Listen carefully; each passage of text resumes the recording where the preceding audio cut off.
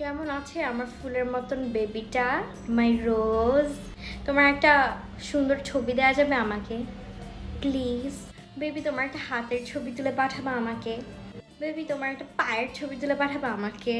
Baby আসো, আমি তোমাকে তুলে নিয়ে যাই। একটা ছবি দাও না তোমার। এই চলো না, আমরা দুজন ড্রাইভে যাই কোন একটা চিপার মধ্যে। কালকে আমার সাথে দেখা করবা? তুমি আমার কাছে আসো না মিট করতে, লাগলে আমি তোমাকে একটা হেলিকপ্টার ভাড়া করে পাঠিয়ে দিচ্ছি। আমি মনে করি আমার তোমাকে অলওয়েজ জানানো উচিত আমি কি করি না করি, কারণ তুমি আমার কলিজার টুকরা। আপু, আপনি কে?